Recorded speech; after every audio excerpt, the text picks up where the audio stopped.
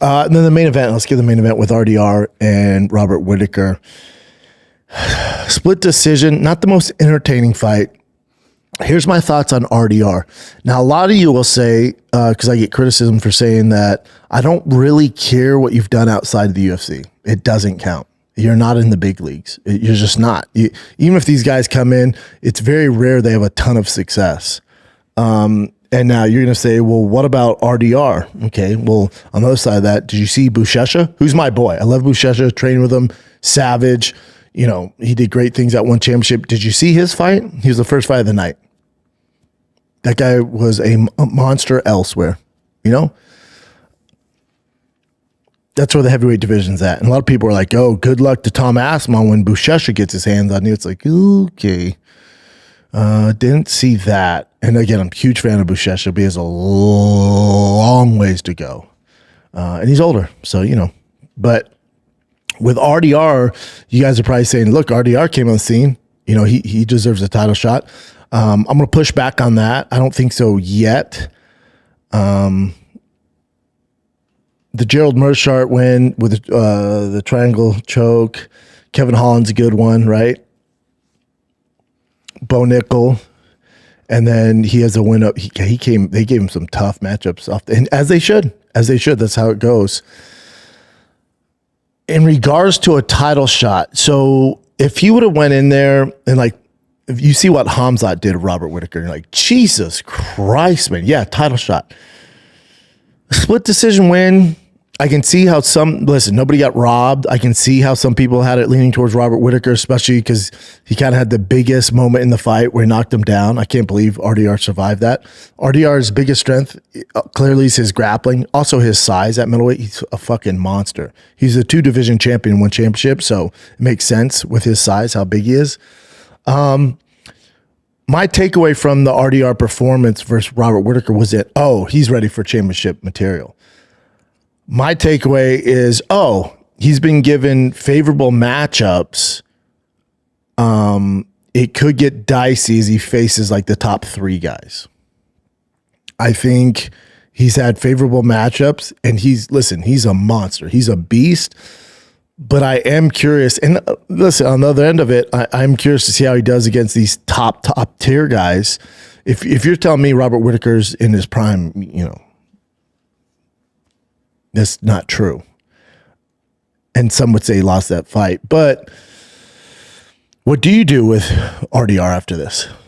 Do you guys think he deserves a title shot? I kind of don't. You know, I know Robert Whitaker's kind of that, and I hate when guys say this gatekeeper to get a title shot. But, you know, he's been a staple. But it's not like he blew the doors off and just absolutely dominated, looked fantastic. I'd be curious to see how he looks against a Hamzat or DDP. I think that's just a different animal. Or even a Sean Strickland, if you can't get him down, he's forced to stand with him the whole time. That could get a little dicey for him. So I'm not ready to say, he should wait for the title shot. Because I don't think the UFC is going to give it to him. I don't. I just don't see that happening. I would like to see him fight Paulo Costa. Now, Paulo Costa is calling out Hamzat, and that's, you don't lose 4 out of your last 5 and then get 1 win and call out the guy who's fighting for a title. It's just not really how the UFC works, or it doesn't make a ton of sense. But I would love to see RDR versus Paulo Costa, and I'd favor RDR in that fight. But I'd like to see him get 1 more win over a big name guy and then get a title shot. Otherwise, he's going to be waiting for a hot second, you know? Hot second. Did you actually think that RDR won, truly? Coin flip. Coin flip? Literally like, okay. Either way, it is what it is. I lean toward, because when you look at damage done, who's closer to finishing the fight, it was Robert Whitaker. So I probably leaned a little bit towards Robert Whitaker, almost a little biased. I love Whitaker. So I was like, I bet they give it to Whitaker, but I agree. I thought Robert had it just slightly by split. Yeah, it'd be tough to give a guy a title shot off that. It'd be really tough.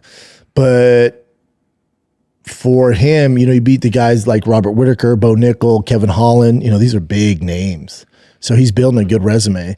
Paulo Costa makes sense. He's a staple in the division. He's kind of more, fan-friendly. Fans know him.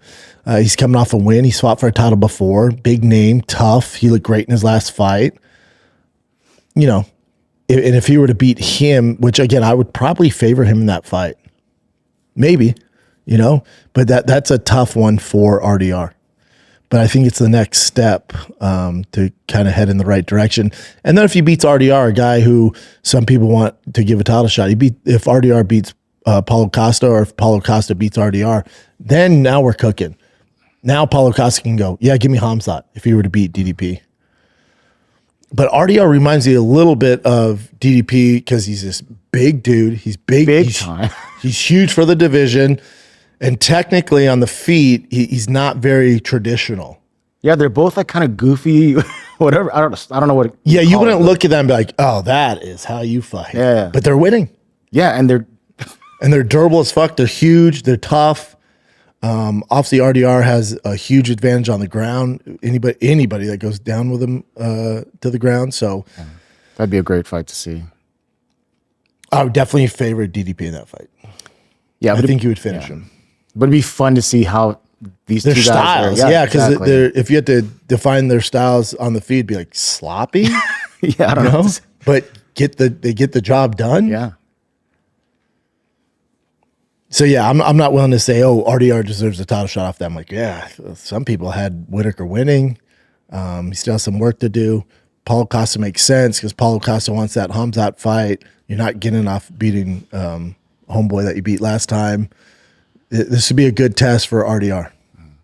You don't beat Kopilov and get a title shot. You know, it's just, and lose 4 out of your last 5. It's just not happening.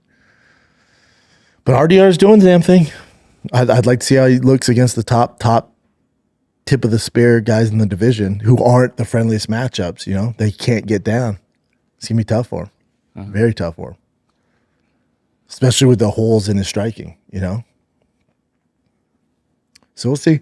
I didn't mind the card. You know, I thought on paper it was a better card than the last week's pay-per-view, but it wasn't. I don't mind decisions, especially like the share a bullet decision was fine. Peter Yan, you know, it was good. Then RDR, Robert Whitaker, it had its moments. What do you got for me, Chin? Bryce Mitchell got it done.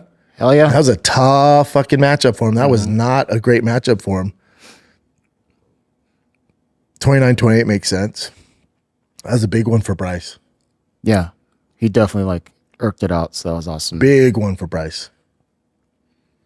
So that guy, Steven Nguyen, he got the most, he had the record for the most knockdowns of a person in a UFC fight. I think it was 7? 6 or 7. People are, saying that there might have been 7, but without a doubt 6 for sure. Yes. So that was pretty crazy. And people were giving Jason Herzog a lot of crap about it, like to stop the fight earlier. But I don't know. What do you think?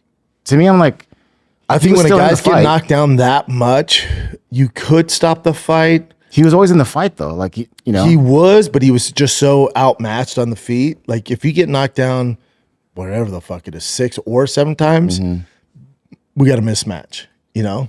So granted, it just shows you how much better Steven Nguyen is than Muhammad. Muhammad might have been on there just because he's from the area. You ever seen that meme of the bodybuilders? Which one? It shows literally legit bodybuilders and it shows just some regular dude up there. He has no business being. You're like, bro, that's what this is. Like when they're like, he's from there and they're all going crazy and he just gets fucking mud stomped. You're like, oh, he probably shouldn't be there. Yeah. He would not be in the UFC if they weren't If it wasn't there. Yes. Yeah. No. Like if he goes on Dana White Contender Series, which is popping up soon, I think in 2 weeks it pops up on Tuesday nights. Best fight show ever made. Before the early Ultimate Fighters, the Ultimate Fighter now is trash. Yeah. Whatever they're on season 30, where the fuck it is. But Dana White Contender Series is where it's at. This Muhammad would get absolutely curb stomped on the Dana White Contender Series. He should not probably be at this level right now. And when you get knocked down 7 times, that's a glaring evidence that probably shouldn't be here. That was pretty hardcore, yeah. He gets ass whooped. He literally that many times, yeah. Get your fucking hands up.